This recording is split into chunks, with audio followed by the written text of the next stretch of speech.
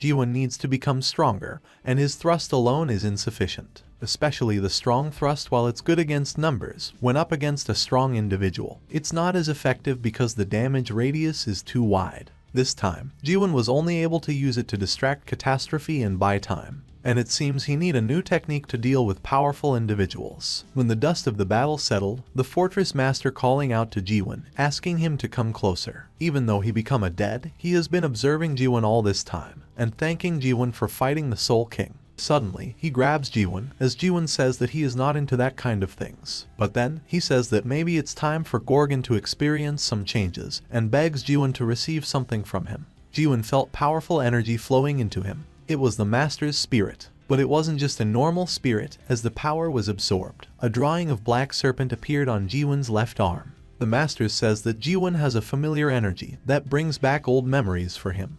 That makes him smile with satisfaction, as he tells Jaehwan to not lost his humanity. And then he was gone. The dragon squirmed as it were alive. Chunghyo then cries out how he hurt his back, while the people start to gather around. There, Chiver shocks with what he sees, a black serpent pattern on Jaehwan's left hand. While Chunghyo was looking at it with a dumbfounded look. Jaehwan could not understand what was going on. James, Jahir, and the other officers approached Jaehwan and began to kneel. Chiver knows that it was what the fortress master wants, so he happily goes with it. 1, 2, 3 people increased into 10s and 30. Even the other officers who arrived at the scene late saw the drawing on Jaehwan's arm quickly kneeled. At the forefront of the people, Chiver pay his respects to the new Gorgon Fortress master. 2 days passed after Jaehwan became the master of the Gorgon Fortress. A lot of things happened within the keep. Many people worked to prepare for the new master and many clan leaders came to the keep. Though Jaehwan doesn't want to go with it, he refused the position of the master. So Chiver explained that it seems Jaehwan has forgotten the contents of their promise. To put it simply, Jaehwan fails to save the former fortress master and now he need to take the responsibility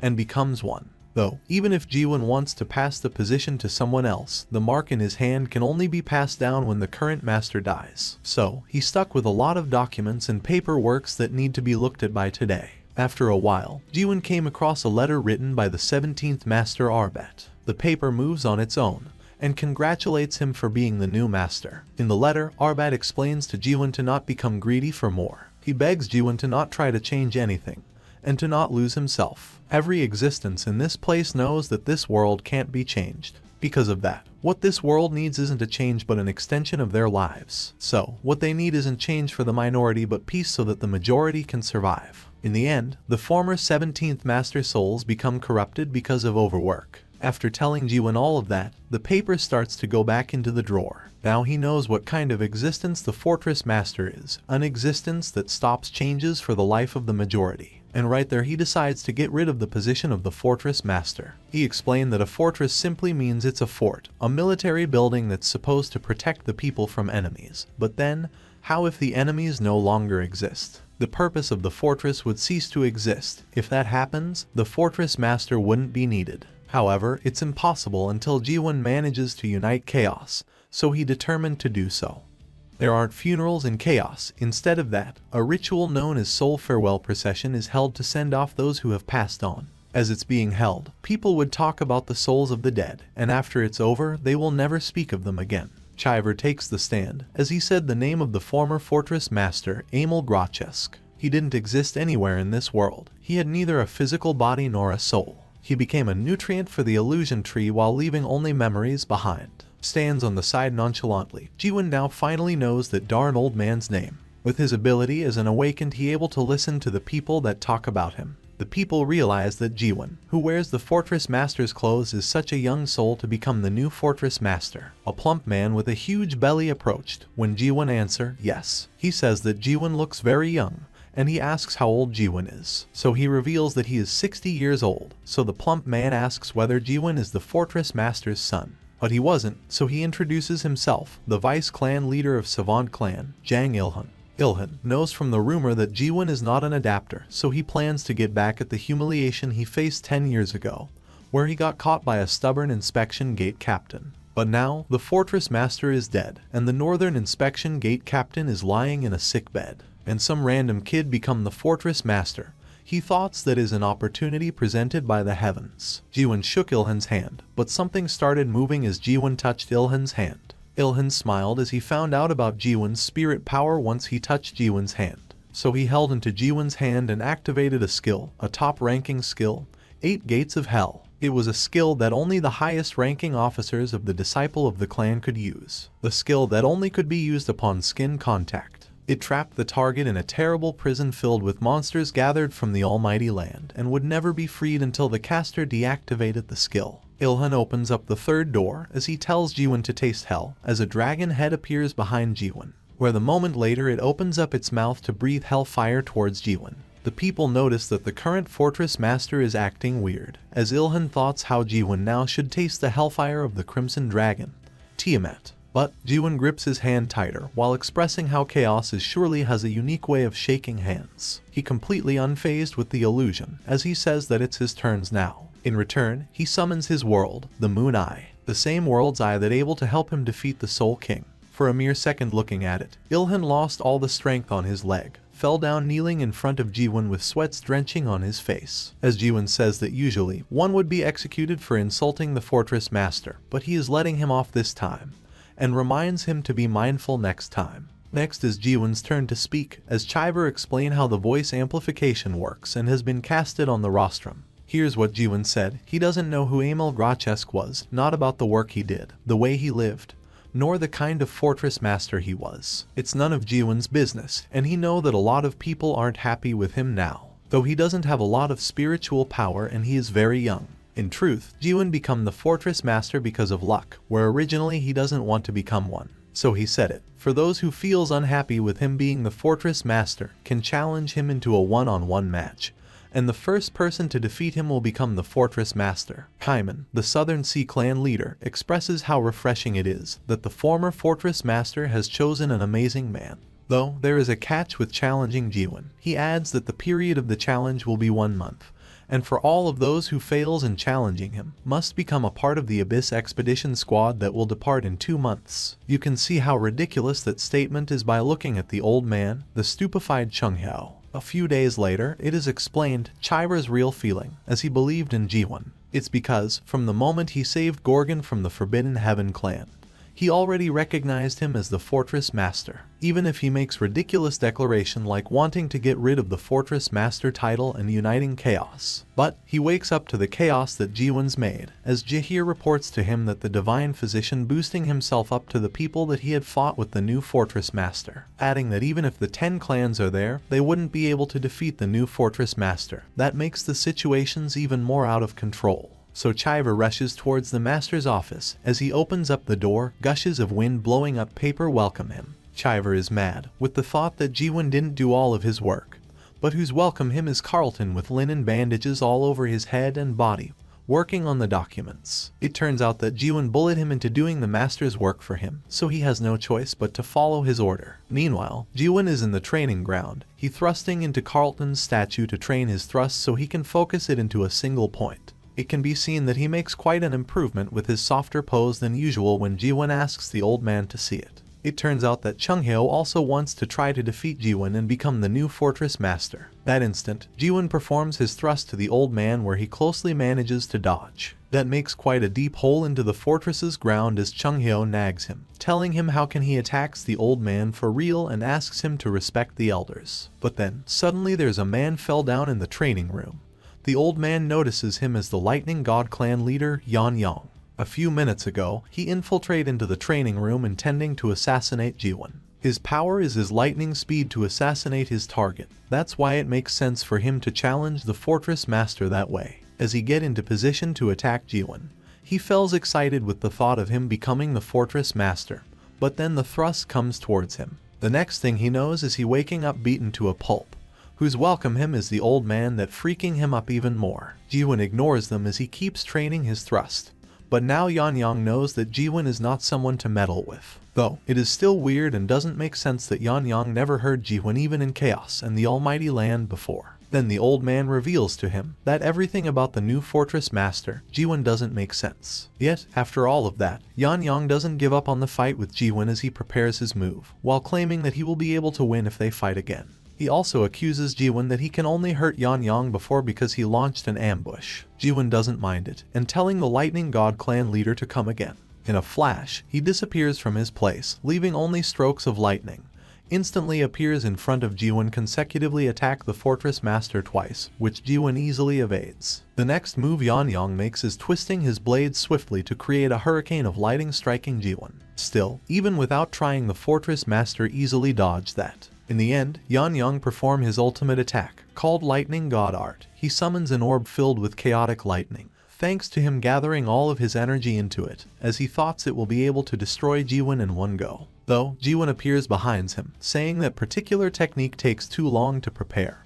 Without even unsheathing his sword, Jaehwan thrusts the Lightning God clan leader. A few moments later, Yeon back into the training ground looking beaten up, reporting that he is back from spreading the rumors that the Lightning God clan leader barely lost to the Fortress Master. And now, Jaehwan is satisfied with the possibilities that a lot of strong people will start to challenge him now.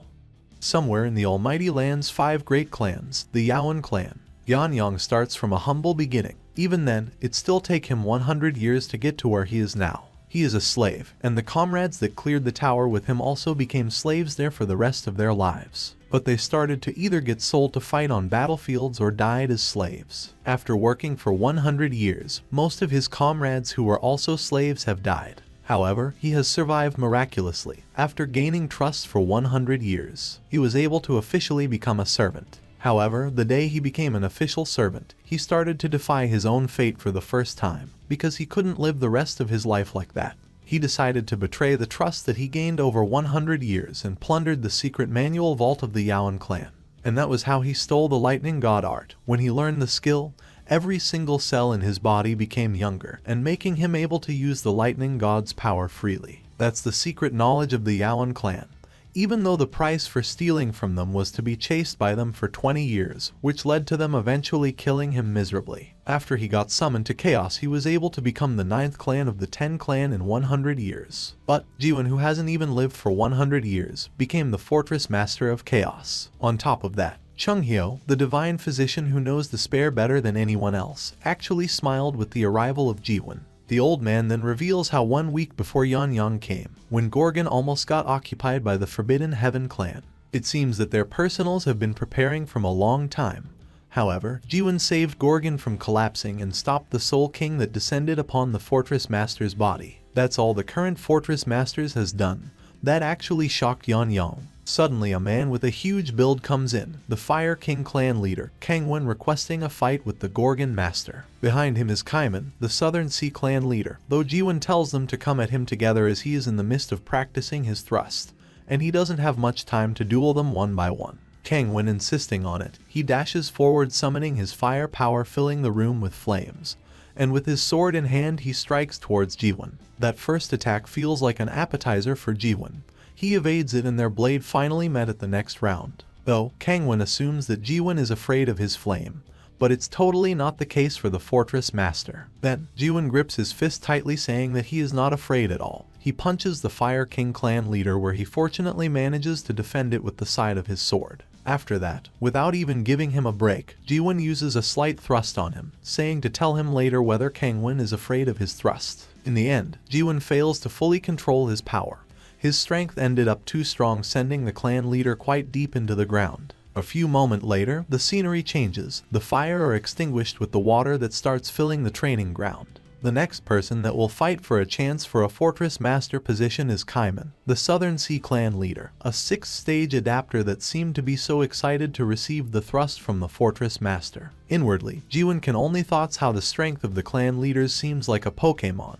Then, Jaehwan comes with his sword, and yet Kaiman manages to defend against it. There is something different about Kaiman than the other 2 clan leaders. Jaehwan knows it, that Kaiman is not just recklessly charging at Jaehwan and keeping himself under control. Seeing an opening, Kaiman comes stomping his sword into the ground, but Jaehwan already evaded it with jumping into the air. In an instant, they traded 100 blows, Jaehwan with his thrust and Kaiman with his Sea King arts. Having enough of it, Jaehwan performs his higher technique, where Kaiman can only dodge it, as he claims that he would have been crushed into powder had he taken on that attack. so he surrendered, adding that the result is obvious even without Jaehwan didn't use all of his power. Though, he seems to be the only person that excited to talk about the Abyss expedition with the Fortress Master more than anyone else. A few moments later, the clan leaders gather around as their fate are sealed and now they need to join the Abyss expedition. Kangwon is angry with the fact that Yanyang had spread the rumors that he barely lost against Jaehwan. Though, Kaiman came to the training ground with the intention of joining the Abyss expedition anyway. While he was the closest friend of the previous Fortress Master, Amel, he wasn't able to join the previous Abyss expedition because he wasn't strong enough back then. At that time, when all the fruits were taken and everyone lose hope, he witnessed the fall of the Abyss expedition squad. That happened 900 years ago, and now it seems that he has been waiting for this opportunity all this time while sharpening his sword. And he was already intending to head to the Abyss in the near future. Yanyang then run towards Jaehwan, while Chunghyo thoughts that maybe he still doesn't give up on the Fortress Master position yet. But he kneeled in front of Jaehwan, stupefied everyone in the room while Jaehwan is so ready to draw his sword from the scabbard. It turns out that Yanyang swears complete loyalty to Jaehwan. He swear it even if he has to die. Though, Jaehwan says that Yanyang is already dead, stupefied him back. But then, he reveals a shocking truth about his clan, as it turns out that the Lighting God clan no longer exists in chaos. There were only 7 people surviving and hiding, including Yanyang, as he trembles, revealing that the Lighting God clan was annihilated a week ago. To summarize it, the Lightning God clan was done for, and it so happened that there's a one-on-one challenge to choose the new Fortress Master. With a risk-it-all mindset, Yanyang decided to come there to try and become the Fortress Master. But when he actually fight Jaehwan, he lost pathetically. Yanyang also reveals that the one who annihilated his clan is the Forbidden Heaven clan. That surprised the 2 other leaders though, because they also only know of this news at this moment. Not only that, the 3rd rank, the Dark Forest clan, and 1st rank, the Heavenly Dragon clan, all of them were destroyed by the Forbidden Heaven clan. That means the Manticore Fortress has fallen to the Forbidden Heaven clan a week ago, and now that started to make sense that the information has been blocked for the whole week, where the Forbidden Heaven clan has gotten complete control over the skill system after taking over Manticore Fortress, and has blocked the messaging skill. From behind the group, Jaehwan asks whether the number of their rank, the stronger the clan are. It turns out that Jaehwan doesn't know it yet, so Yanyang mocks him for it, despite Jaehwan being a Fortress Master and still doesn't realize it. Though, he extrude a killing intent towards them, and staring Yanyang to death until he apologize and explain everything to Jaehwan. In Chaos, there are 4 fortresses that are ruled over by 10 clans. The 10 clans in Chaos aren't all the same. Among themselves they are ranked from 1 to 10. Still, for the Forbidden Heaven clan must have a backing to be able to take down 3 clan in Manticore. Jaehwan thoughts about it, the first instance he came across them, as firstly he thought they are the people who had the mare. But they tried to take over Gorgon, and have taken over Manticore. To take over a fortress, they might have the same goal as Jaehwan. He also remembers the person that Janya mentioned back before he turned to a dead, leaving Jaehwan wondering whether that person is the one backing the clan to take over Manticore Castle. Lim Jinhan, the leader of the Forbidden Heaven clan, laying in the Manticore Fortress, while his underlings reporting the progressing matter at hand. He is mad because his men couldn't catch the Lighting God clan leader, yet after hurting his men, he let him be. Though, they further reporting that Yanyang might be running away towards Gorgon. And all Jinhan knows at this point is that there is some crazy person who's betting his position as the Gorgon Fortress Master position to gather an expedition for the Abyss. After that, he talked to the Monarch of the Pitch Darkness, where he confirms that the name of the new Fortress Master is Jaehwan. He also received an order from the Monarch to look for a missing product from a tower, but he still doesn't know that product is Jaehwan. Meanwhile, the clan leader who flocks to Gorgon thinks that the one who's backing the Forbidden Heaven clan is one of the 12 monarchs, though they still don't know who. Kangwon heard that the Almighty Land is currently having a war throughout its lands. Then he suggests to try to make contact with the Resurrection Palace. Though, Kaiman is against the idea. Even though they must question who among the 12 monarchs is involved in chaos, Kaiman doesn't like the idea of asking them for their help anyway. For now, as it turns out that things seem to have been blown out of proportion. The Manticore Fortress has fallen, and 3 of the 10 clans are down. If Jaehwan proceeds with his plan, there will probably be a war. But Jaehwan doesn't care about it, they are enemies they have to fight eventually anyway. Chunghyo reveals that the Resurrection Palace is stronger than all the 4 fortresses and 10 clans combined. He evaluates that at Jaehwan's current level, it's impossible. The old man adds that no matter how strong Jaehwan is, there are things that he can't do alone. The light shone into the training ground from the crevices in the ceiling. as Jaehwan says that it doesn't matter, adding that is why the old man there with him, to help him clear up the path along with the others who will join them. The old man blushes with the fact that Jaehwan just said that, though Jaehwan adds that Chunghyo already joined his expedition members anyway. He also tells the other clan leaders that Jaehwan is not simply trying to gather people for an abyss expedition. He explained that he will first unite chaos, and then he will destroy the resurrection palace that stole the fruits 900 years ago, and departing for the abyss expedition comes after that. What he need are true comrades who will go through that hell with Jaehwan. He also tells the clan's leader if they think they can't do that, they are free to leave. Though, if none of them decided to not go with Jaehwan, he will go by himself, adding that he made it all the way there by himself and there's no point in stopping now. Kaiman laughs to the fact that Jaehwan just said that. Though, in the end, he decides to join Jaehwan to wherever he goes, while Yanyang declares the same thing. But, the Fire King doesn't feel the same, as he claims that he hasn't decided yet. He explained that Jaehwan's enemies that he wants to fight against are incredibly strong, which is why he hopes that Jaehwan can prove to him that Jaehwan is capable of it. Currently, 6 of the clan leaders are there in Gorgon. He adds that if Jaehwan is acknowledged by the 3 other clan leaders, Kangwon will acknowledge him as well. Well, Jaehwan agrees in a heartbeat, though they don't know that Jaehwan is extremely broken at their plane. However, Jaehwan has a condition as well, as if he needs to be acknowledged by them. They all will need to be acknowledged by Jaehwan too. He intending to host a tournament with their titles as clan leaders on the line, telling them to make it into the quarter grand finals of the tournament. That's how Jaehwan will acknowledge them all, and will take their tests after that. Kangwon is surprised with the fact that Jaehwan is just saying that, when Kaiman is also excited to go against the strong people of chaos. Suddenly a chaotic aura enveloping the training ground. A pair of hands touch the door that leads towards Jaehwan's training room. With anger in his every words, and dark aura extruding from every part of his body, he call out to Jaehwan. It was Chiver, showing the mess that Jaehwan had made, a flyer challenging people of chaos if they wants to become the fortress master to join the first Gorgon tournament. Later that day at his office, Chiver was left sighing with all of the mess he had to deal with, though Jihir feels motivated assuming the fortress master has his plans. The reality is, all of the strong people in chaos and those who want to see them have flocked to Gorgon, and now the fortress is really packed with people. In the end, the 2 and 3 newly appointed tower leaders present hoping to see changes that Jaehwan will bring upon chaos.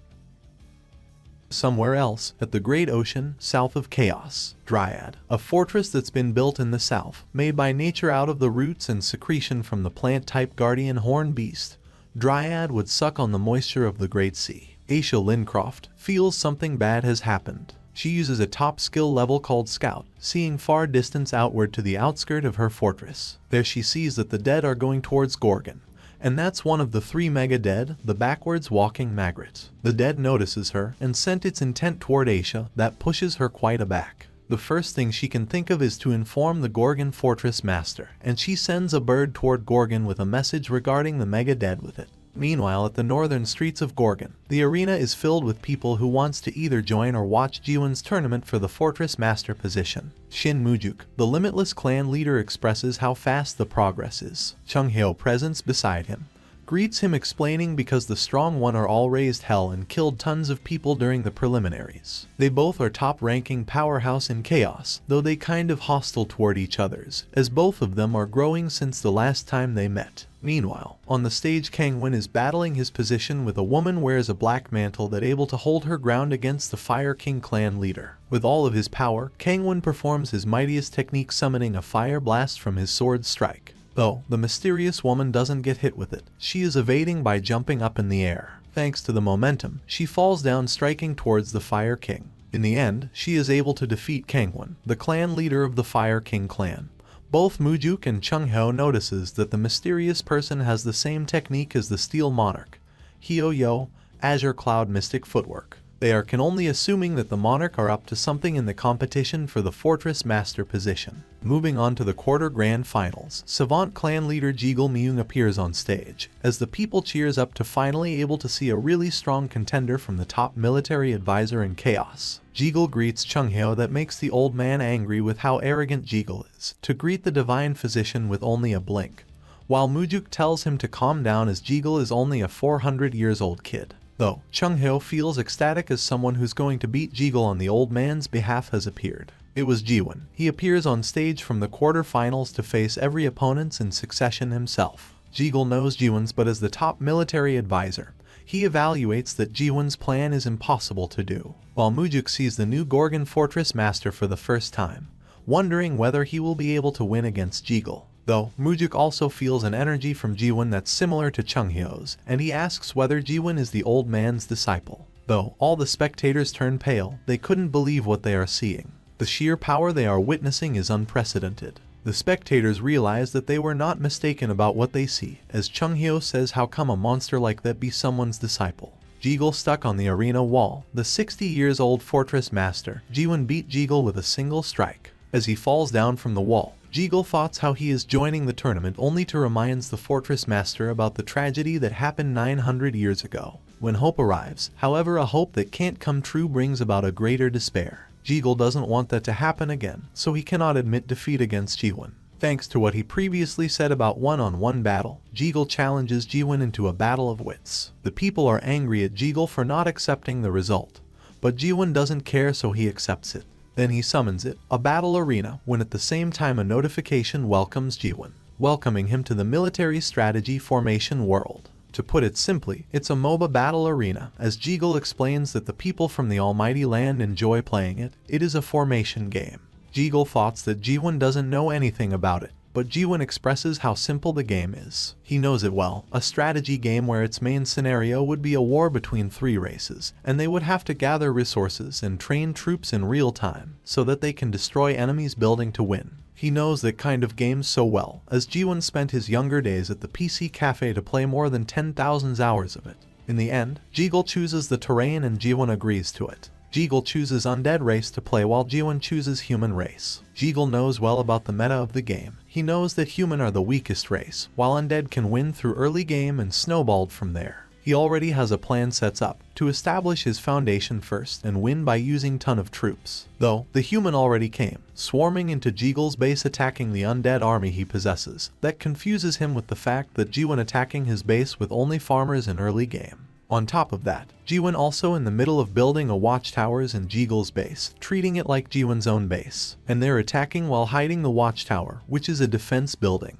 Now, if Jiggle wants to destroy the watchtower, then the farmers who have strong stamina will interfere. But he is hopeless because he has got no choice but to stop him, since he can't gather resources nor build more building. On the other side, Jaehwan is using a cheese strategy commonly used in Korea. It's got a lot of destruction power, and it was a strategy that a lot of people would criticize if a contestant used it. The people cheer up, as Jiggle defeated. He thoughts that there's no way a novice would know that game, yet he can only wonders who Jaehwan is. A person who defies common sense and logic. The person that plays outside of all the rules that the top military advisors knows. Because of that, there's nothing he can do to reduce the difference in abilities, and now he knows that Jaehwan is someone he cannot beat. And now he thinks again, maybe for all of his 400 years of life, he might be waiting for this moment, for a person to give an undeniable hope. There's a break after the battle. Chunghyo and Mujuk comes down from the stand to see Jaehwan. He sees that Mujuk is quite strong, and asks him to go for a round, which doesn't really surprise the old man, as Jaehwan is that kind of person who does rough introduction. Which Jaehwan commenting on, saying that all the old people there aren't weak, they are all of strong people, so there's no need for him to be nice. It is explained that the mayor, Mullark, when he was the expedition captain 900 years ago, and gave chaos dreams and hopes, in the end, all that remains of him is a symbol of despair. So Mujuk wonders how Jaehwan would compare it against Mullark. Based on the last fight, he knows that Jaehwan is incredibly strong. He might be better than Mullark if they consider Jaehwan's potential alone. But how does Jaehwan's personality will fare? And Mujuk doesn't feel a strong sense of righteousness from Jaehwan. A complete opposite from Mullark, who is mature and gentle. As Mujuk trying to evaluate Jaehwan, he suddenly feels a strong bloodlust over his back, but when he turns around, he fails to find anything. That's when he realizes that Jaehwan isn't awakened. At the same time, the time for the next battle also arrive, as Jaehwan feels like waiting around for everything to happen is a waste of time. That surprised the old man, with what crazy things Jaehwan are going to do this time again. Among the contenders, excluding Kaiman and Yanyang, the rest of them look pretty strong. Especially a woman who wields chain sickle, extruding crimson aura. Jaehwan fails to find something about her that even Question can't find out. Jaehir tells him that it's not Jaehwan's turn yet, so he asks why he was on stage. So Jaehwan grabs the microphone, saying that he has seen enough of the participants' strengths and he knows where they all stand. Since it's getting boring to just watch from the sidelines, he decided to change of how the competition will proceed. Priestess clan leader Ryung comes down from the stand. As the contender, she is rejecting what Jaehwan is saying, asking how can he change the format of the competition all of the sudden. So he explained that he will cancel the rule of one-on-one fight, implicating that they will now fight in groups. But that won't do for her. Splitting the participants into teams would be a problem, and how they would decides the victor. Jaehwan explains that she misunderstood what he said. He is not saying that they make things complicated by splitting into teams now. There's only one team. The 6 of them will become that team, excludes Jaehwan. That surprises the clan leaders and the high adapters around, the fact that he will fight all of them alone. And he promises he will pass his position as the fortress master to the one who's the first to take him down. That was exactly what Jaehwan's wanted. The people cheers, and it was the chance for the people to see how strong Jaehwan is. He knows that what he needs is trust, and he knew that from his experience as the leader of Karpneem about group mentality. The deeper the connection is, the more trust is gained, and this depth is developed over time. But in a situation when there's not much time, the other way to gain trust would be through overwhelming strength. The woman at the other end of the stage laughs, then she walks straight up to Jaehwan, saying that she knows that something interesting was about to happen. She adds that it's too much of a waste to kill Jaehwan now, and she claims that she likes him. So she bids farewell, will stop there that day, and goes back to the stand. She also mentions that something will soon appear in Gorgon, and Jaehwan notices it. But then, Yan also giving up the chance, saying that he won't be able to beat the fortress master even with the other leaders around. Lightning God clan leader, a crafty fellow that wants to become Jaehwan's subordinate while saving his face. Kaiman also notice it, so he does the same, saying that he acknowledged that his abilities aren't even near the feet of the fortress master. That means, now Jaehwan's plan fails. Even if he wins against the 3 leaders, he won't achieve what he wants. Though, Jaehwan says that their chance of winning has decreased, so Ryung thoughts how arrogant Jaehwan is. The second rank of Divine Lady whispers to Ryung, saying that she didn't like that whole thing from the beginning. They know they can't win against him even with the 3 of them. Ryung's pride seems to be hurt, but she nods as she asks what she needs to do now. So they whisper between themselves for a moment, because there is a certain person who wants to know how Jaehwan's personality is. After it ended, Ryung says that they have no intention of fighting him, where Jaehwan thoughts that they are also surrendering. Well, she explained that it's different. Ryung says that they will voluntarily enter the Abyss expedition, but Jaehwan knows that Ryung is scheming something, as he is able to see the hidden smiles that she has. She then assumes that Jaehwan has no intention of giving up the fortress master position in the first place, because the competition wasn't to choose the new fortress master, but it was hosted to recruit people for the Abyss expedition after all. After the failed expedition 900 years ago, there is no one else planned something that grand. She claims that is why she feels proud to be standing with him in the arena. She then takes off her veil. The crowd falls silent as Ryung looks around the spectators. People quickly look up to meet eyes with her. It is her best skill, Eye of Righteousness. It can make the target to reflect on their inner self, against their righteousness within. She asks the people around, what is their reason they are here at the arena, whether it's because of the fight that's happening right now, or for the life and future of chaos. The crowd begin to agree with Ryung, while Jaehwan thoughts that it's a bewitching skill, and he wonders whether he should just end things with a thrust. Though suddenly, an old man speaks. He says that he doesn't come all the way there to just see people fight,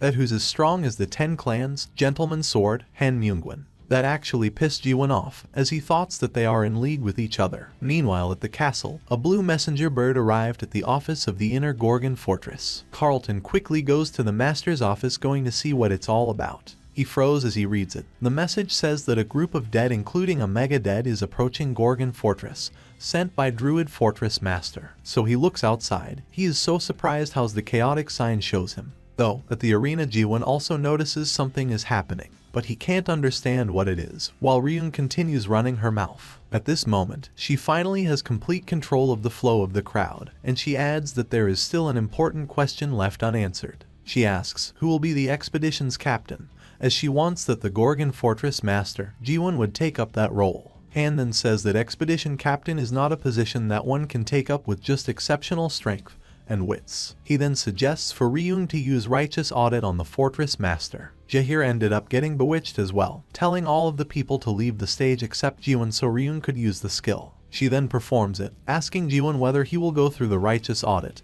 and take up the position of the expedition captain. Though it is tricky, Chung Hyo thoughts that they were completely tricked by Ryung.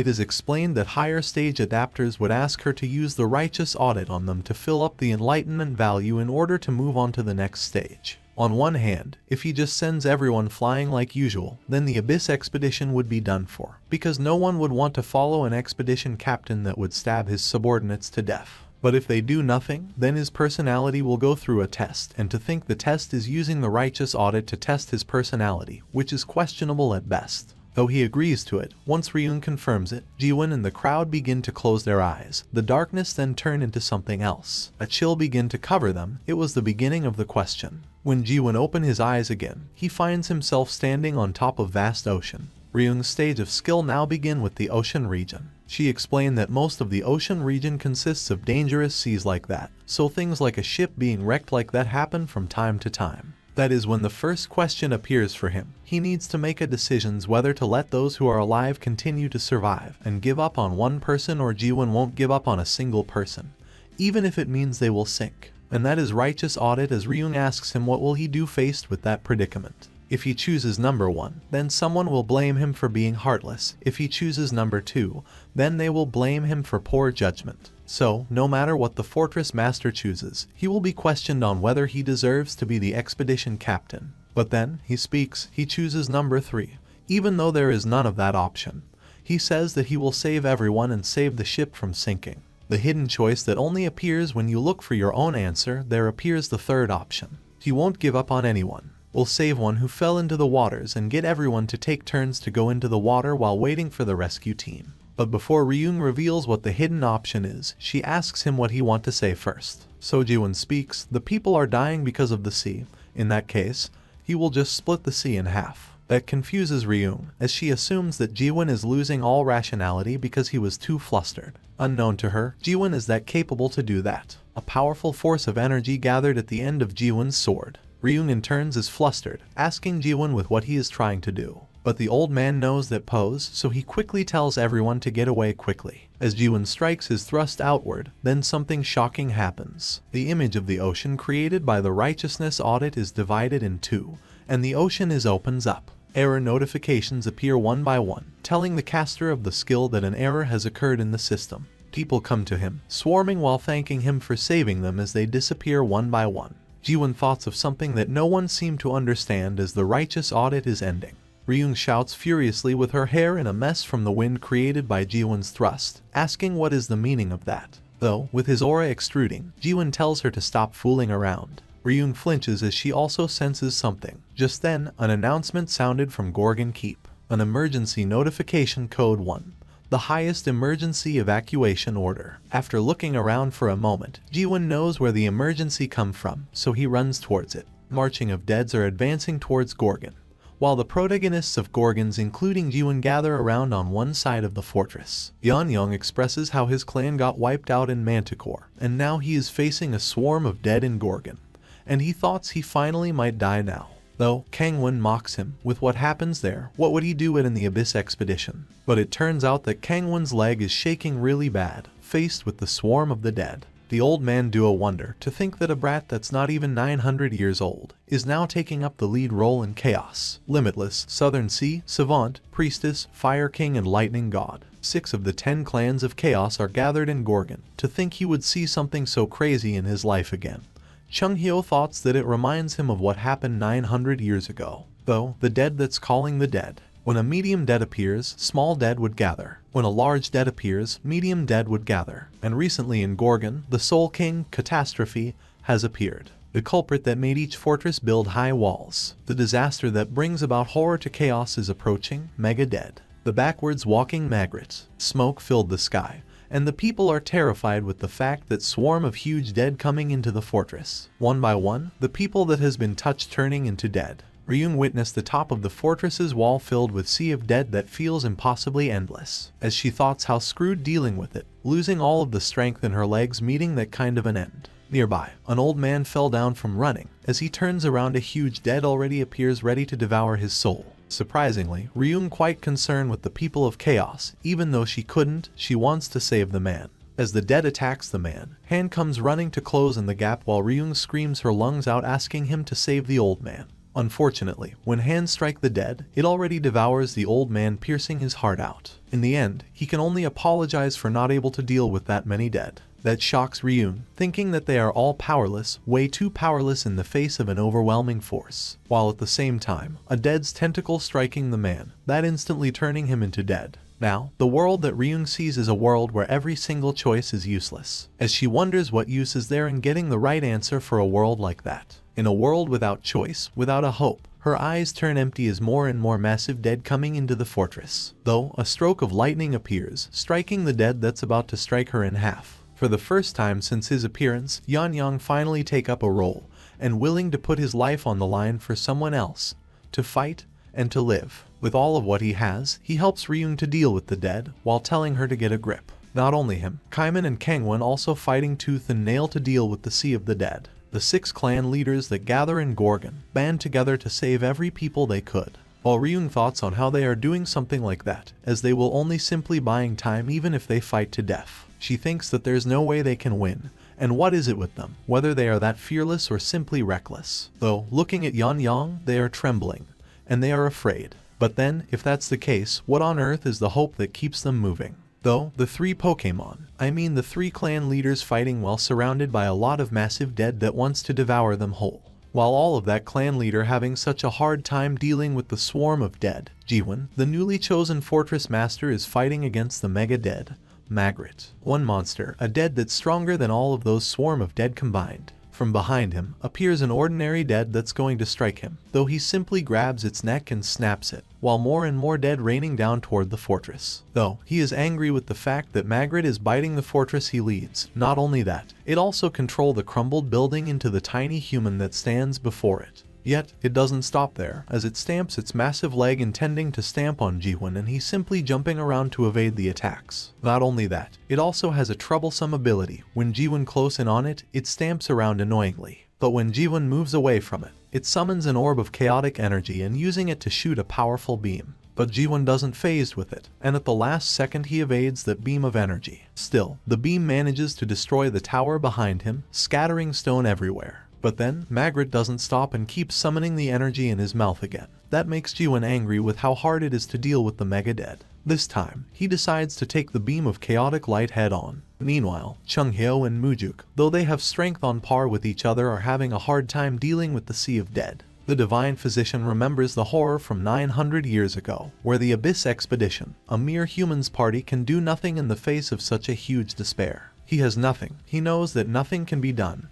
And he knows that this place need overwhelming hope. That's when the sky ripped wide open and the light came shone through Gorgon. The mega dead, Magritte falls down as the tiny human right in its chest thrust it with his sword. It was Jaehwan, the man that the previous fortress master chooses to replace him. The overwhelming hope that he talked about, that loses to nothing. The blast from the impact of their battle ripped the wall wide open. Along with it, the light also shines through the crack. Not Chunghyo alone. The other clan leaders also witnessed Jaehwan defeating the mega dead, while trying to hold themselves from getting blown away. Looking down on soon-to-be his comrades to death, Jaehwan expressing how he should have done it earlier, smiling proudly as now he showed the people of chaos that hope does exist. Though, Chunghyo cracks a joke, asking who on earth Jaehwan is, while most of dead now swarming toward Jaehwan. Though, Kaiman thoughts that Jaehwan would have his spirit power depleted and worried for his soon-to-be captain, including Chunghyo. But Jaehwan stands there nonchalantly, letting the dead come swarming to him. Once they get close enough, going to devour him, Jaehwan is angered, telling them to get out of the way. A thrust performed, but seems failed to reduces the dead's numbers. Jaehwan gets angrier, so Jaehwan gather all of his power on the tip of his sword, like he was destined to split open the Sea of Dead. Jaehwan thrusts his sword. A light beam appears as he creates a story, the beginning that chaos had waited for hundreds of years. Chunghyo is shocked in awe, as Jaehwan manages not only to make a bigger hole in the fortress's wall, he wipe out most of the Sea of Dead that attacked Gorgon. The light shone, as the people witness a new hope dawn upon chaos. The clan leaders, who consisting high-level adapter and Mujuk who supposedly an awakened witness the overwhelming power, the birth of the hope that chaos needs. Mujuk thoughts how reckless Jaehwan is, but Chunghyo claims that he is, though he has decided to protect that recklessness of his. With that, Mujuk now also decides to do the expedition with Jaehwan. With their newly hope, they band together to strike toward the remaining dead, each with their own strength, leaving their pride and difference to be as one. Mujuk shows how strong he is, as an awakened strikes a dead in one go. Jeagle, that out of the frame all of this time, also finally shows up, decides to help with Gorgon's defense. Kaiman, the Southern Sea Clan leader with his water element spirit power. Yeon-yong, the last of the lightning god, dashes with a lightning speed to strike another dead. Kangwon, who is kind of underperformed with his ability, also joining, while Yeon-yong wants to tell him something as he feels embarrassed to say it. Though, he hesitates to tell the Fire King, so he tells Yeon-yong to not be hesitating. Landing on the ground after defeating the dead that comes, he asks whether he looks cool right at this moment, which the Fire King ignores, making Yeon-yong anxious. More and more dead are coming in again, as Kangwon is slowing down because of fatigue. As a huge dead going to strikes him, a little girl appears and throws a stone on it. So the dead ignores Kangwon as it swiftly changes direction to strike the little girl, and going to devour her whole. But then, she screams, hinting to someone. A silver chain appear behind her to bind the dead. It was Carlton, using his authority. Though, behind him also follow up the guard of the Gorgon's fortress, including Chiver, and the people of Chaos with any weapon they can get hands on. That excites the Fire King, saying that fighting like that feels much better. Though, the people also gang up on a smaller dead that they can deal with, while the clan leaders are not slacking off themselves. At the forefront, Jaehwan also becomes excited with the fact that people of Chaos are banded together to deal with the swarm of dead. Yet he also knows that the people are at their limit, so Jaehwan thrusts his sword towards the ground. He put all of his spirit power into the tip of his sword to immediately wipe out all of the dead in Gorgon. 10 days later, Gorgon starts rebuilding its fortress. At this moment, the Mega Dead has been defeated, and that piece of news got all of Chaos excited. A news reporter asks Michael, with what is the biggest change in Gorgon after the incident? So he explains that it's become nicer to live in Gorgon now, since 6 of the 10 clans in Chaos moved their headquarters there. There was a huge increase in supplies, including horns of horned beasts. That's to that, there's been abnormal economic growth. Though, the reporter thoughts that the situation is looking pretty bad for one to say that it's nicer now to live in Gorgon. But strangely, the atmosphere is lively and cheery. Then Michael says that the man can only say that because he didn't watch the Path of Waves, the incident where a black sea of dead was parted by one sword. It's like those who saw it got bewitched. Everyone threw themselves at the Path of Waves and fought the dead. Though, numerous people lost their lives. In any case, the only thing a fool like the man can say is that Gorgon is much better to live in now. On that day, he can only wonders what the people see to make them to say that they can live in Chaos. Suddenly there's a huge explosion in the inner fortress. The reporter is panicked, but Michael tells him not to worry, saying that's been happening pretty often lately. The reporter thoughts that it isn't possible for there to be such a loud explosion unless high stage adapters are fighting with their spirit power, though he knows that 6 of the clan leaders are in Gorgon now. So he becomes excited, thinking that there is a war between the 10 clans, though Michael didn't deny it. A moment later, another explosion occurs, but this time, there's about 5 people's shadow on the sky. It was the 5 clan leaders that has been sent flying all the way from the arena, as Michael expresses how he doesn't look surprised and instead look happy that there's 5 clan leaders that flown. It was Jaehwan, the one who sent them flying. He is sitting down angry, saying that all of them still have a long way to go. Somewhere else, at the Manticore Fortress, a glass gets thrown into a man's face. Lim Jinhan is angry that the Mega Dead that charged at Gorgon, Magritte, has been exterminated. He thoughts that's impossible. The Mega Dead is at the level of 9th stage adapter in the Almighty Land. It's a monster that could only be dealt with by a lieutenant general or higher. That leaving him wonders how Gorgon defeat a Mega Dead when there's only 3 of such dead in Chaos. So he commands her man to look into it immediately. Though, the thoughts that couldn't have happened, he is sure there's a mistake somewhere. And 4 days after that, news of the North Branch of Forbidden Heaven clan that's near Gorgon being totally annihilated was spread. While at the Gorgon's training ground, the clan leaders all sitting down, beaten up, as Jaehwan is angry that they are too weak, asking what on earth have they been doing for centuries. Yeon-yong thoughts how can they win against Jaehwan, a monster in his eyes. Then Jaehwan calls him out, saying that he only has a quick feet, while even though Kangwon is powerful, he is slow. For Jeagle, Jaehwan says that he thinks too much before he acts. As for Ryung, even though she is nimble and have good instincts, she got lousy stamina. Lastly, for Kaiman, his basics are good, doesn't really have any specific weakness, and the best among them, but on the other hand, he also doesn't have any specific strength. Jaehwan says that they all have one common problem, which is that they manage to obtain something without much effort. Jaehwan also doesn't forget to comment on the two geezer in the back, saying that they are too weak considering they have been living for 1,000 years. Though, he is right, as 900 years ago, the 10 clan leaders were all at least 7th stage or above, and the leader of the Heavenly Dragon clan, the number 1 clan, was a 9th stage adapter. While Mullark was even stronger than them, the expedition was tough even for such strong people.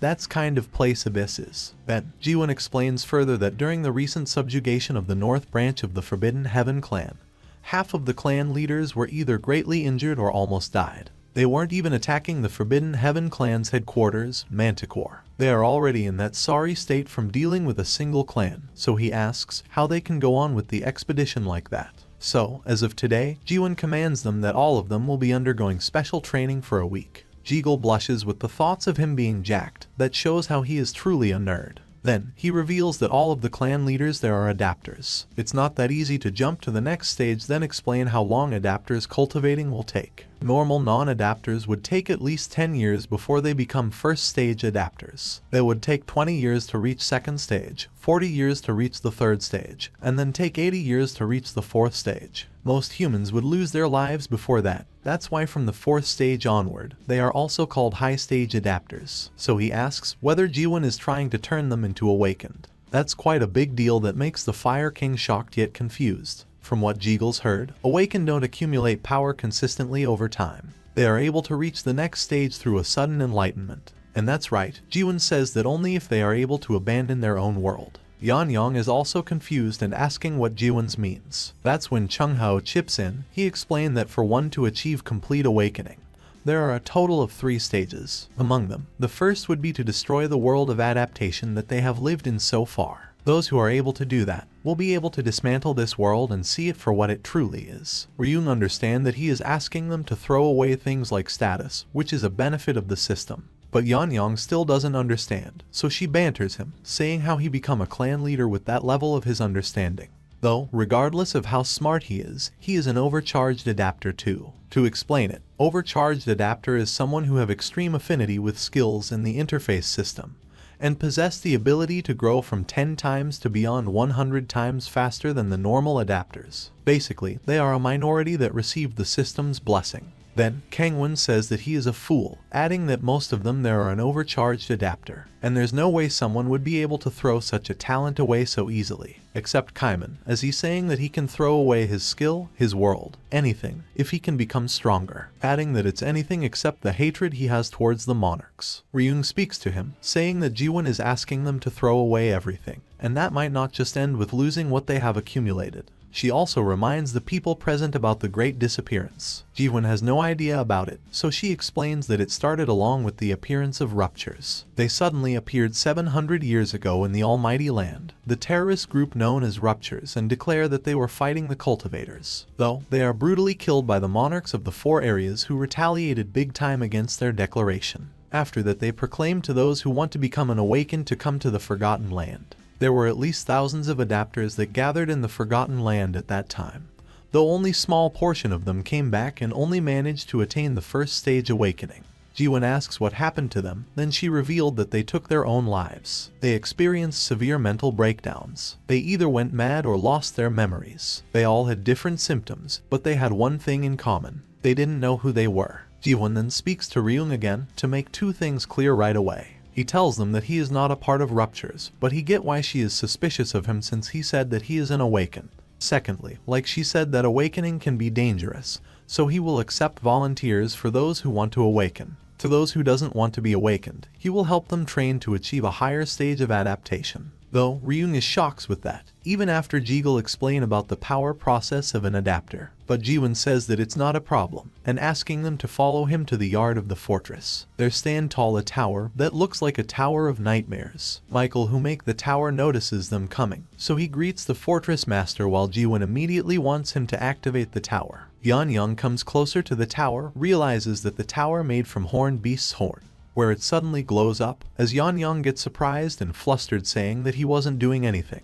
At the same time, appears notification to each of the clan leaders, asking them to accept the summon to the Tower of Nightmares, Carpe Diem. That surprised Chunghyo with the fact that he sees the Tower of Nightmares. Once inside, they are welcomed by a flat infinite plane, as Chung-hyo cannot believe that humans' power could create the Tower of Nightmares. Every clan leader seems like a child. All of them feel excited that now they can break the tower again, while Jaehwan tells them that all of them will train in there from now on. He also explains that time in there flows about 100 times denser than outside. 1 day outside would be 100 days in the tower. That means 1 week outside would be 700 days in there. So they have approximately 2 years of time to train. However, the speed of soul corruption is also increases. In preparation of that, when one of their soul corruptions goes past 80%, they will be forced to log out automatically and horns of horned beast would be on standby outside at all times. Yanyang feels more excited as he learns that Jaehwan not a cold-blooded and heartless person. Jaehwan then splits them to those who wants to go through awakening and those who don't want to. Those who want to awaken will go to the next floor, while the others will stay on the first floor. A moment later, they fight with each other as Ryung is mad with how Yanyang had dares to look down on the priestess clan's skill. But as he turns around, the Fire King fire strike towards him. But Yanyang is nimble and able to evade Kangwon's attack, though it explodes and manages to hurt the Lightning God King, as Kangwon says that speed isn't important, and what's important is destructive power. Jeagle on the sideline commenting on their fight, saying how pathetic they are, and how they don't improve all this time. But then, they decides to chase him together, so Jeagle can only run away against the trio, while Mujuk watch at how ridiculous they are, thinking how things are turning out that way for them. It was on the first day, when Kaiman is the only adapter that wants to go through awakening, while the others are too afraid of losing themselves. At that, Ryung asks Jaehwan with how does he intending to help them raising their adapter levels, as it's not easy for high-stage adapters like them to become stronger. They will need to fulfill a certain level of enlightenment or learn new top-level skills to increase their proficiency. Jaehwan claims that can be resolved easily, but that flusters Ryung, saying how can a top-level skill book can't obtain that easily. She also asking him whether he is going to steal from the 5 great clans' vault or something, implicating how Yanyang stole one himself. But Jaehwan explains that it doesn't have to be just via a skill book, they just need to learn from a teacher. Though, it still confuses her, asking whether Jaehwan would teach them the skill. Then he reveals it. From then on, they will become each other's teachers. Mujuk thoughts that the idea for them to learn each other's skills definitely revolutionary, since the clan leaders are prideful. But what happened there is that Ryung with her priestess clan power, Kangwon as the Fire King and Yanyang with the Lightning God power are competing with each other to know who is stronger between them. While Jeagle can only screams his lungs out that he has to deal with how the 3 clan leaders are behaving.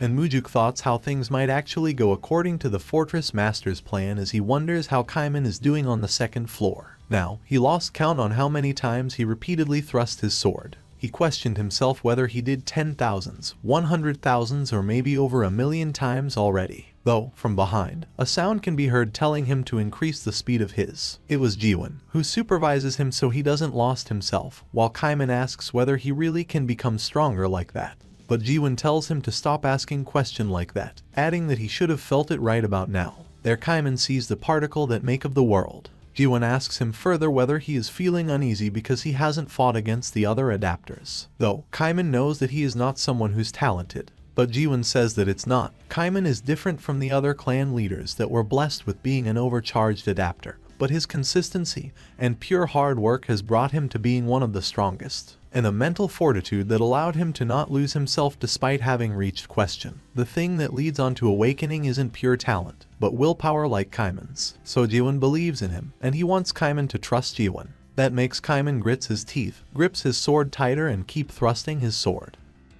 At night that day, the black woman appears on top of the fortress drinking by herself to her heart's content. She sees the Tower of Nightmares, carpe diem which a human made it. She expresses how foolish they are for believing that they can make a change despite having lived for centuries. While at the same time, Chung-hyo appears behind her, saying that he is her master. She is Seolha, the divine physician's former disciple. The old man knows that she is up to no good and asks her about it, though she denies that and asks him to come back, saying that everyone is waiting for Chung-hyo. But he refuses, explaining that there is no way that he can be in league with inhuman bastards. She claims that they are the only ones that are truly fighting for humans, as she reveals that only Ruptures does it.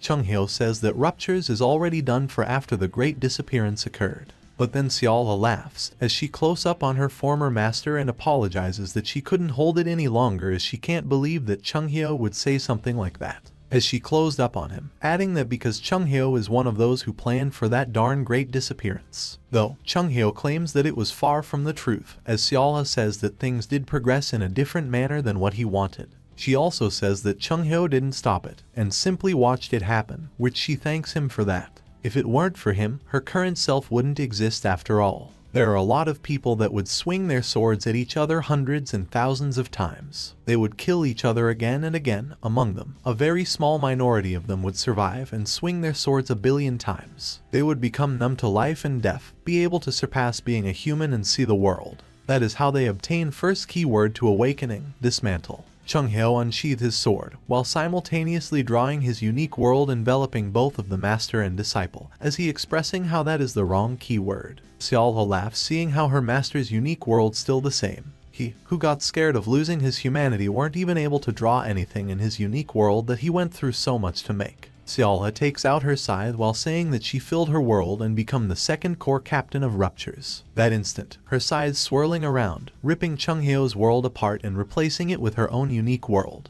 Though, he already heard that Seola became a captain, and asks her whether she achieves the third stage of awakening. Her world filled the plain, blood raining down on it while she claims that it wasn't just the third stage. There Chung-hyo smells the distinct smell of blood from all around.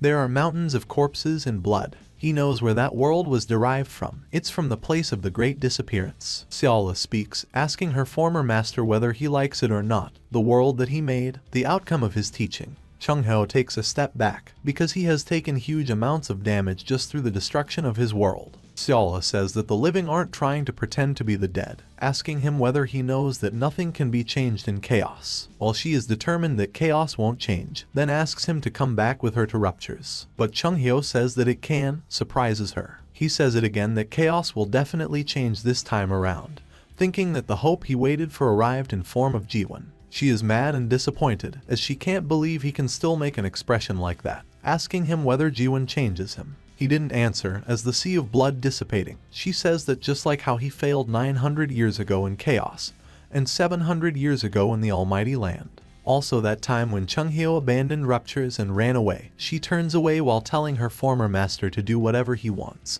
claiming that ruptures will be watching him.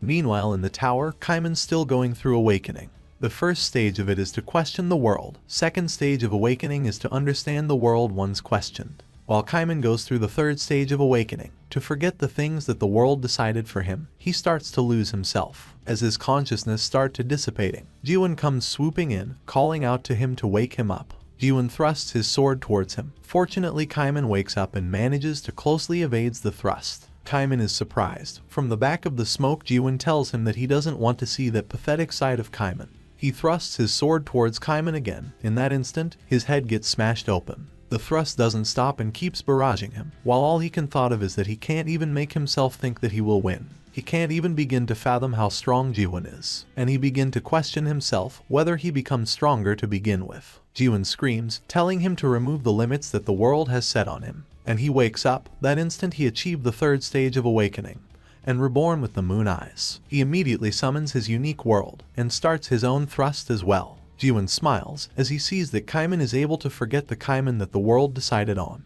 With the help of his unique world, Kaiman thrusts his sword towards someone that he previously afraid of, as Jaehwan fights back with his own thrust. Waves of water swarming the world, the newly acquired world that Kaiman gets as he attained the status of awakened. In the end, he stumbles. Kneeling only manages to stand up with the help of him getting to latch on his sword. Jaehwan comes at him, giving his hand as he congratulates Kaiman that he manages to enter the third stage. Kaiman questions himself again, whether he really is become stronger, which Jaehwan says that he is, by quite a lot. But Jaehwan is also at the third stage of awakening, yet he didn't think he can catch up to him, no matter how many limits he surpasses. As a single strike from Jaehwan manages to create a mark that massive, while all Kaiman manages to do is to make little marks on the flat plane on his world. While both of Jaehwan and Kaiman go through that training sessions, the other two fortress masters come to Gorgon to stir up some trouble. They claims that Gorgon had breached the 4 treaty by creating the Abyss expedition. With Manticore fortress gone,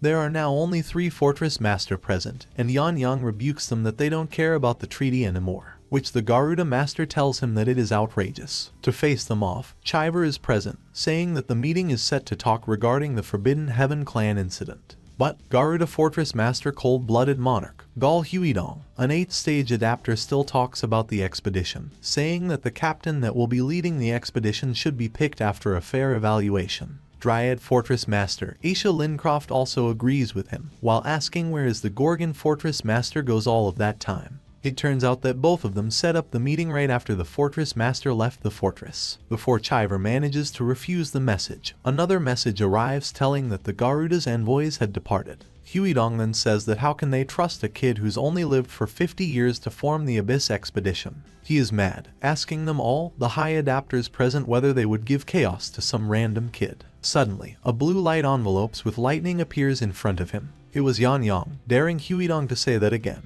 And for real, he does look cool this time, while pointing his dagger into Huidong's neck. So he asks Yan Yang with what he is trying to do right now, while the high adapter from the Garuda's fortress also preparing to unsheathe their weapon. The clan leaders that now choose to be on Jaehwan's side preparing their skills as well. Then Yan Yang says if Huidong wants to change the expedition captain, then he will have to deal with them first, because they are not intending to change the captain. In the end, the two adapter, Yan Yang and Huidong, go to the arena to battle each other's, while Huidong asks whether the lightning god really wants to do that. Though, Yan Yang says that if he really confident in beating the lightning god, only then he can talk anything he wants, where Huidong tells him to make the first move. So Yan Yang makes it. In a flash he appears behind the Garuda Fortress Master, saying that he doesn't need to say that since Yan Yang did that already. Yan Yang becomes excited to try all of his new moves, while the first strike can easily be dodged by Huidong.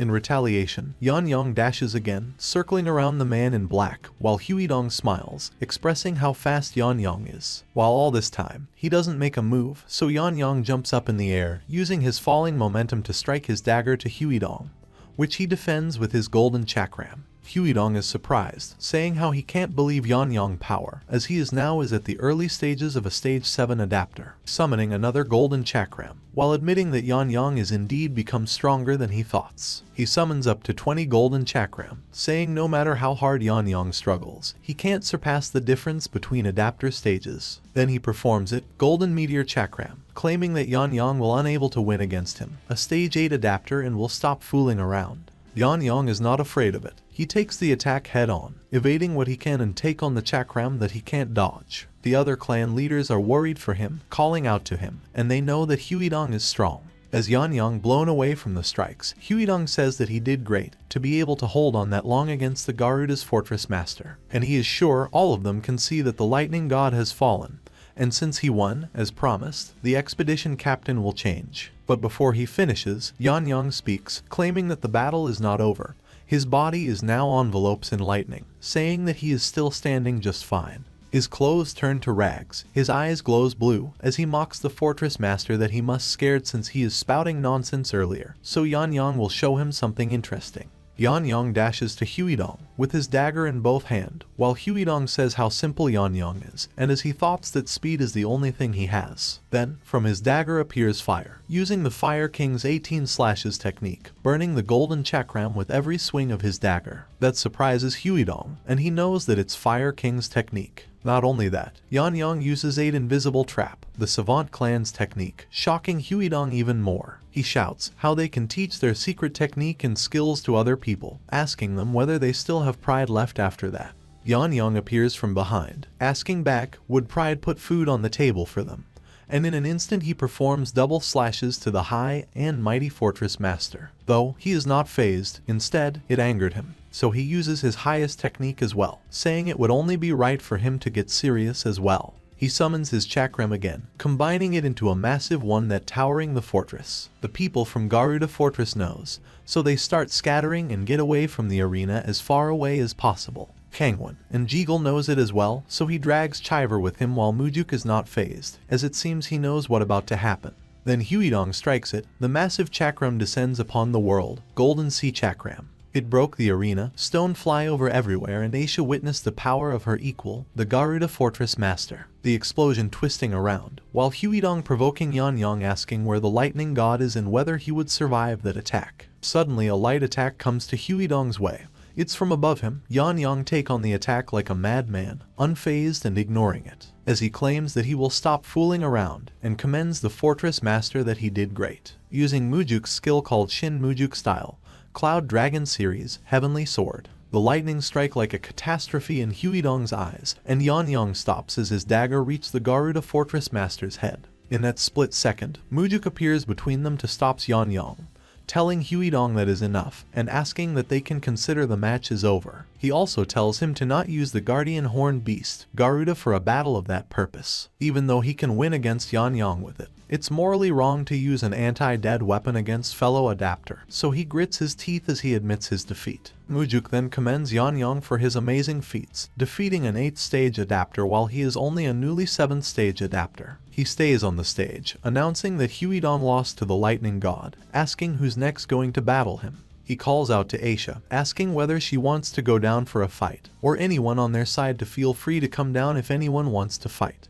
But then, Ryung comes down from the stand, changes side with them where Mujuk asks her what is she doing over there. Well, she states that she is switching sides. Kangwon also come down asking her the same question. Then, someone mysterious walking through the hall, as Ryung says that her side has a higher chance of winning. Before they can continue their chat, that man enters the arena, saying that he will take on Mujuk. It was a handsome middle-aged man, however, some of the leaders are shocked at the sight of the man. Even Mujuk was also surprised to see him. He was Jade Mask Golden Monarch, Bang Chanil, a 9th stage adapter. Chiver knows who he is, wondering why a monarch is here in Gorgon, and now it makes sense if he is behind the 3 Fortress Summit earlier. Mujuk unsheathed his sword, without holding back his anger and aura, saying that Chanil is the enemy of chaos that stole the fruits after slaughtering countless souls 900 years ago. Though, with hand on his chest, Chanil tells him to stop with that petty talk, asks Mujuk to join his side and informs him that the Monarch of Steel, Hyoyo, misses Mujuk on his side. It is now revealed that Chanil now serving under the Monarch of Steel, and he has a soft spot for martial artists, as the 5th region is basically a small Muram under him. Chanil apologizes for what happened 900 years ago, sighing cynically that Hyoyo forgave him pretty easily. Then he provoke him again, saying that it's not the same with Mujuk. Though he is mad, his eyes are set to kill the monarch, and prepares to go at it. Mujuk dashes forwards, combining his sword style and Dragon King's, saying how dare Chanil is as he is one who betrayed the Muram. With his bare hand, Chanil trading strike with Mujuk's combined double sword style. He says that Mujuk is being too harsh on him. This is their first meeting after 900 years after all. But Mujuk doesn't care, he keeps striking towards him, asking since when Dryad, Garuda and even the Priestess clan get played by Chanil. Though, he plays dumb, saying that he's just giving them advice so they can make wise decisions, adding that in the first place, the Gorgon Fortress Master, Mujuk, and the others were just dreaming a deluded dream. Mujuk is mad. He doesn't want to take that mockery and keep striking Chanil, while Aisha witnesses them from the stand, and a woman talks to her, telling her to not be swayed. It was the woman that previously entered the competition, as it turns out that she is one of the Monarch of Steel's underlings,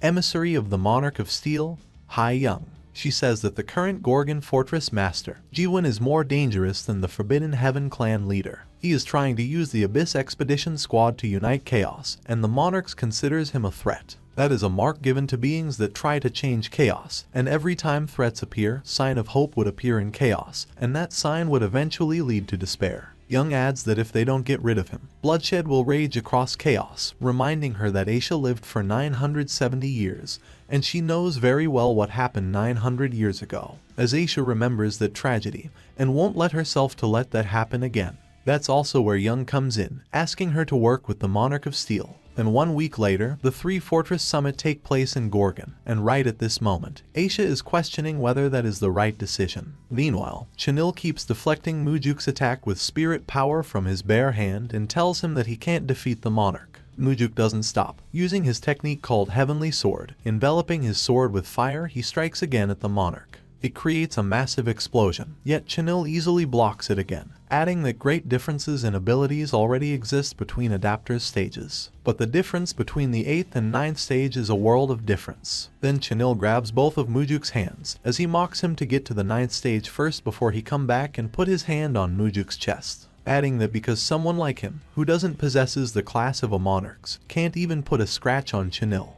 That instant, a devastating light explosion explodes from a point-blank range right on Mujuk's chest. Ryung is surprised to finally see the strength of a monarch that able to take Mujuk out with a single hit. The Jade Mask Golden Monarch, who rules over the 12th region, isn't even a Grand Monarch. Right beneath the Grand Monarch is the Lieutenant General and next is Major General, but he is neither of them. He is the lowest rank of the three, the Brigadier General. Ryung can't believe they are forming an Abyss expedition to fight against such monarchs, because there is no way they could win against the high-ranking monarchs. As Chanil looks down on Mujuk, telling him to give up on that deluded dream of his, and they can't win. With things standing now, they all already achieve pretty high position within chaos, and reminds him to not try to aim for the skies that he can't reach. That makes Mujuk mad. He is determined to go to Abyss, and he strike his sword again, deliberately missing Chanil's head as he says that 900 years ago, Chanil and the other monarchs has won over the Resurrection Palace, stole their fruits, and chaos lost precious comrades back then. Mujuk has never forgotten the disgrace that they experienced back then, even for a single day,